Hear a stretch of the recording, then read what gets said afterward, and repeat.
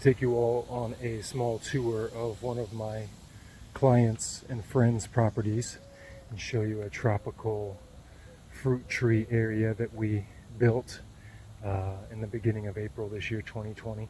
Today is Saturday, July 1st, and it's going to be 110 degrees today. So I just wanted to show you what these plants are looking like, considering that we've had a few days now that we've hit around 110, and we're going to be putting up an additional shade structure today for this young loquat tree that has sustained some sunburn a bit. So it's going to be fine. We're just going to give it some shade, and I'll show you the rest of the trees we have here and show you the progress they've made in just 3 short months. So this whole tropical garden bed is up against the house on the north side of the house, so it gets afternoon shade naturally from the structure. This little sub bed here, we had 2 Barbados, the Florida Sweet variety. Unfortunately, we did lose this one a couple of days before we planted. We had some late in the season very cold winds, and the tree dropped all of its leaves, and planting it, I think it just sustained too much shock, and unfortunately we lost this one. But you can see that this one was from the same nursery, the same size, planted in the same soil and everything, and this one is doing great. It was about a third that size when we planted it 3 months ago, and the homeowner has told me that they've already gotten a few cherries off of it. And it'll probably flower continually throughout the summer, and probably double or triple in size by the end of the year at least.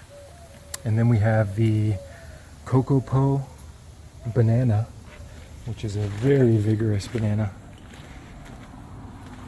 You can kind of see that we made these pretty big tree wells, berms around, and we have the half-inch stub up flex bubbler head, which can be moved as the trees grow to extend out to the developing drip line. But this tree was easily about right here when we planted it. Sorry if the audio sucks.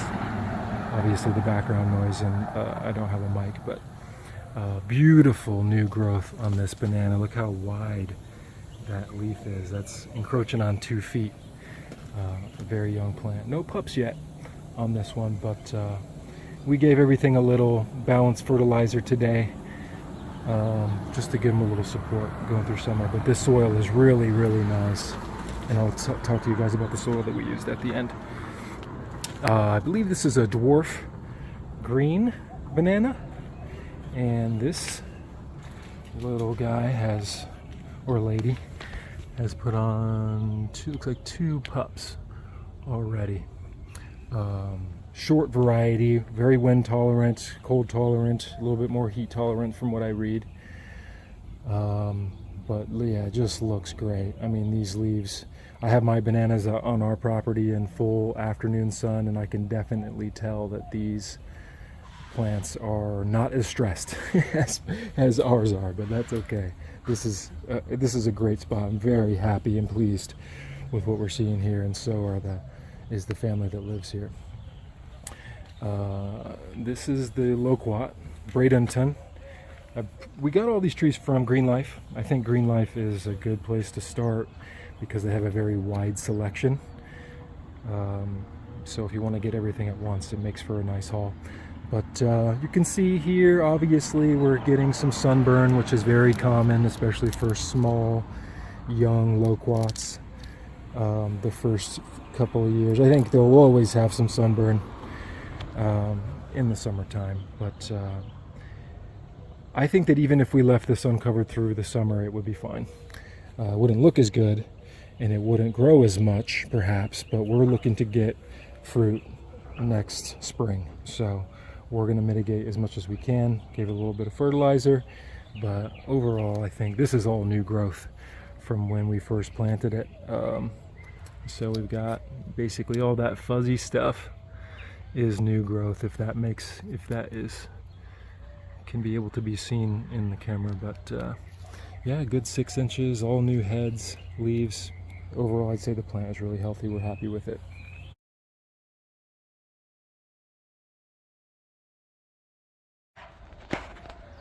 And there we have it. Pretty simple. 4 posts, sledgehammer, 1 roll shade cloth, and zip ties. Doesn't have to be perfect. Really what we're looking for is that it just provides, you know, good shade starting 11 a.m., 10 a.m. if you want to be extra cautious. But I actually went ahead and doubled up on the top, on the roof of it, because loquats can actually grow quite well with lots of shade. Some would say they do best. I think there's a spot for everything, and I think either way you can have success. But since this is such a young tree and we want to try and get fruits in the spring, we'll give it the double dose, double up, and we'll check on this guy in about a month and see how we're doing. And we just have some green sugar cane kind of as a filler, a little superfood filler that's kind of fun and grows fast, and it's, if you get tired of it, it's easy. You can just scoop it out, hopefully, and take it out. But for now, it's going to be a nice add to the tropical aesthetic of this little area here. And one of our pride and joys, here's the Kari Mango. Just looking great, you guys. Multiple days over 105. Today's July 1st. And the only burnt part I see on this tree is the very late sets of flowers that this thing was trying to put out. I mean, this thing is rocking. All of this new stuff you can see, that's when we planted, and this is now, that's a foot of new growth just on that branch. So it looks like a lot of these spots, basically we tipped where the flowers were when we planted, cut the flowers off to let the tree focus on root development, and it just ignited this thing. It is very happy. Looking a little light here, but typically new mango leaves have a tinge of red, so we might be maybe a little deficient in something here, iron perhaps, but I'm not too concerned about it. Not too concerned at all. I'm pretty solid that this thing is going to set fruit next year. Oh, hey kitty. Their cat actually is the daughter of our cat at our house. Beautiful. And we let our cats have outside time. But yeah, Kari Mango, a good cultivar to choose for the valley, because as you can see, typically the branching tends to stay upright, coming out at about 30 degrees or so, which is what we want. We want to try and stay away from the mango varieties that tend to droop, because it just exposes the trees and the new growth to excessive sunburn, which causes a lot of stress, and people have lost mango trees because of that, which can be mitigated with proper pruning, support, and shade structures. But the Kari Mango is a much less kind of maintenance mango cultivar. Highly recommend, and of course the taste, unbelievable. More sugarcane as a filler. Save that guy for last. This is probably a Mexican papaya. I would have thought that it would have been taller by now, but it probably just needed some food. But the new growth obviously is nice and dark green. I don't see any sunburn on the leaves really, whereas my papayas at home have a bit, but they're quite a bit taller and they get all day afternoon sun. But we just gave this guy a healthy dose of fertilizer, about half a cup, maybe a little bit more of balanced organic fertilizer. And this guy, I'm just so impressed.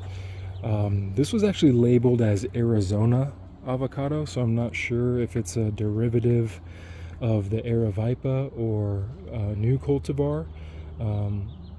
Seamus wasn't available when we picked these trees up, so I didn't get to ask him if he knew exactly, and the other workers didn't know. But nonetheless, as you can see, we did put shade on this probably in the very beginning of May. As soon as we started to, like our first day it hit 100 degrees, we put this thing up just to give this guy a healthy boost. I think it's either 50 or 60% shade cloth, 60% would probably be better for a younger tree, but considering it does get afternoon shade, we weren't as concerned, and this maybe what 50% is what was in stock at the store at the time. But as you can see, this is all new growth, guys. I mean, this tree is just kicking ass. These leaves are very soft, and they have some integrity to them. A lot of times when you see avocados in the summertime, June, July, August, the leaves don't look like this, guys. This thing is thriving, absolutely thriving. I don't know how it will come across on video, but it's doing real well. So the soil that we used on this project is a mix, but we planted pretty much in 50% native soil mix on the bottom of the plant, dug nice deep wide holes, and backfilled entirely with the tropical mix from Growers Best Organics in Santan Valley. They have excellent products, excellent customer service, and they sell trees now as well on behalf of Queen Creek Botanical Gardens and Agriscaping. So check them out if you're in the Southeast Valley. Growers Best Organics on Google or Facebook. Really great prices on soil and bulk soil for larger projects. It's a no-brainer. You have to use them. They have the best stuff, as you can see. So I will attribute a lot of the success of these trees to the quality of their soil. And if you look at their formula, which they have on their website, you can tell that their ingredients and their mixes are top-notch. Very fair prices, and they also have delivery. And you can pick up super sacks if you have a truck or trailer, or they can dump directly into your truck, which is what I did last time. After seeing the success of this bed, I planted a new bed in 100% tropical mix from Growers Best Organics.